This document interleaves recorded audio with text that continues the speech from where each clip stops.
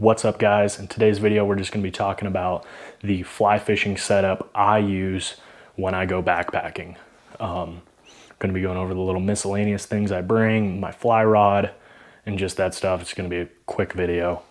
But starting out, you want to bring a collapsible fly fishing rod. You don't want to get anything too crazy. Again, we're going backpacking. You're going to be pushing through trees and beating this thing up, so you don't want to go out and buy some crazy expensive fly fishing rod. I've just got this TFO 5-weight rod. Highly recommend getting a 5-weight rod, and then if you're just going to be doing all dry fly fishing, tiny flies, then you might go with a lighter weight rod, but otherwise a 5-weight is just a good all-around rod. And yeah, it just comes in like 4 different pieces. As you can see here, here are the other 3 pieces, and they all just hook up on top of each other. And this thing works great for backpacking. You know, it's decently light.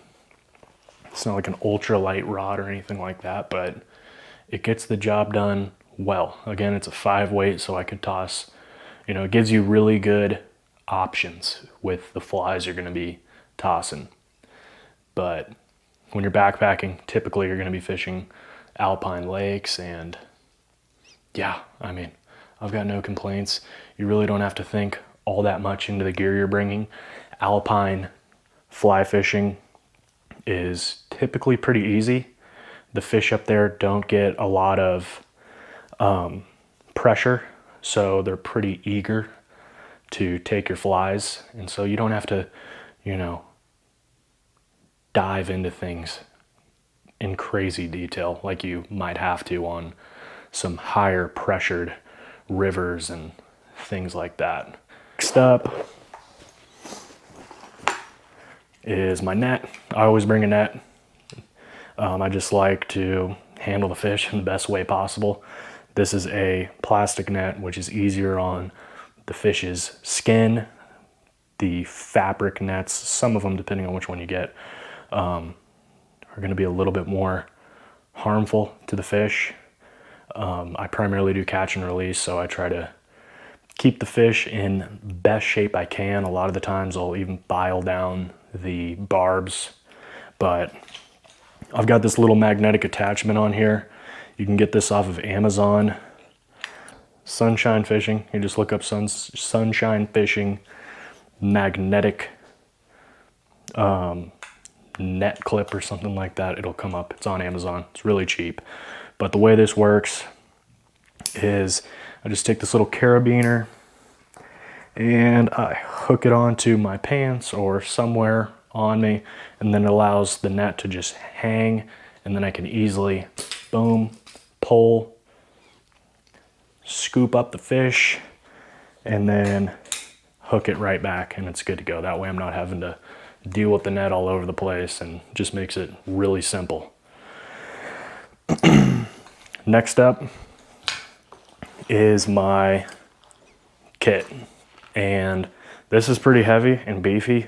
You don't need to bring all this. You can literally just throw some flies and stuff in a plastic bag and make it ultra light. I just like having it with this, so I can take my net, put my net on my pants, take this, throw it on, and then I've just got all my stuff and I can move around, and it's easier, especially when I'm filming. So totally not necessary. You could just put some stuff in a plastic bag, make your backpack a lot lighter, but I just like having this.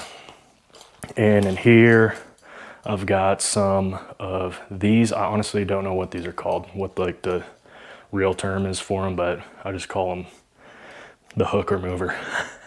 But I just got a pair of these, crucial for when you're backpacking or just fly fishing in general. And then I also keep a little mini Swiss Army knife tied onto the bag so it doesn't go anywhere. I use this for more than just fishing. This is really handy, just backpacking. But I primarily use the scissors for cutting the line and just all sorts of different stuff up backpacking. And then also I use the file on here for filing down the barbs. If I'm in an area where I'm just catching fish like crazy, I'll just file off the barbs. And then of course you've also got like a toothpick and some other stuff on there, but I really don't use that much. I primarily use the scissors and file. And then I keep some Floatant for my dry flies. Up at these alpine lakes, you do a ton of dry fly fishing, so Floatant is really important. Just some various leaders. I primarily use like 7x weight or 5 weight, it depends. Sometimes I'll throw on some 4 weight, some 4x, but typically I'm using like 7x or 5x. Just various different kinds of leader.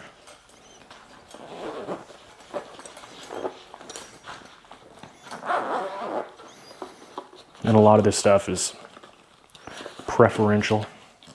Just some different tippet to match those leaders. You use fluorocarbon.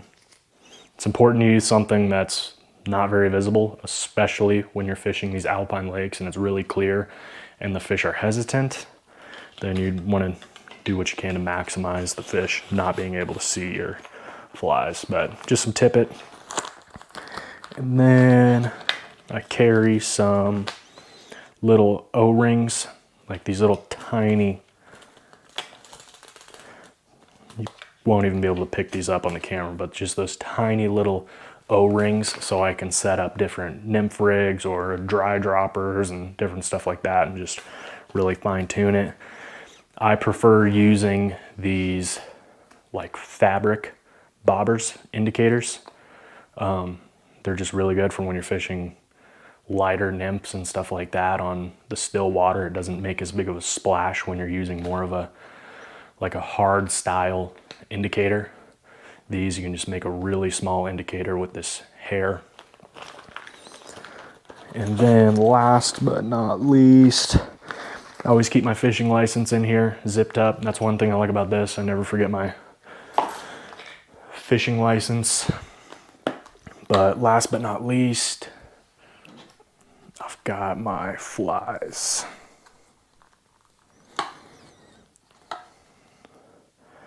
Don't mind my thumb, I almost cut it off working on my truck, but yeah, here are my flies. Just a good variety of stuff. It's fun to just bring a bunch of different things up there, especially since the fish up backpacking at these remote alpine lakes are just so eager to bite. It's fun to be able to just toss different things and see what they'll pick up on. The video I'm getting ready to upload, you'll see I was literally catching fish every other cast and sometimes back to back. Like I'd catch fish, release it, first cast I'd catch something and they were hitting on anything. Like I was able to tie on some of these bigger flies and yeah.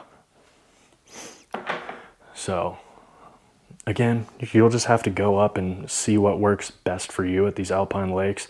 I find that grasshopper imitations do really well in like the middle of the year. You can't go wrong with like ant patterns. Those do amazing. Worms always do good year round, no matter where you're at. Yeah, caddis flies, exceptional fly pretty much all the time. So just got to experiment, and that's the fun thing of fly fishing, is just figuring out what works best for you.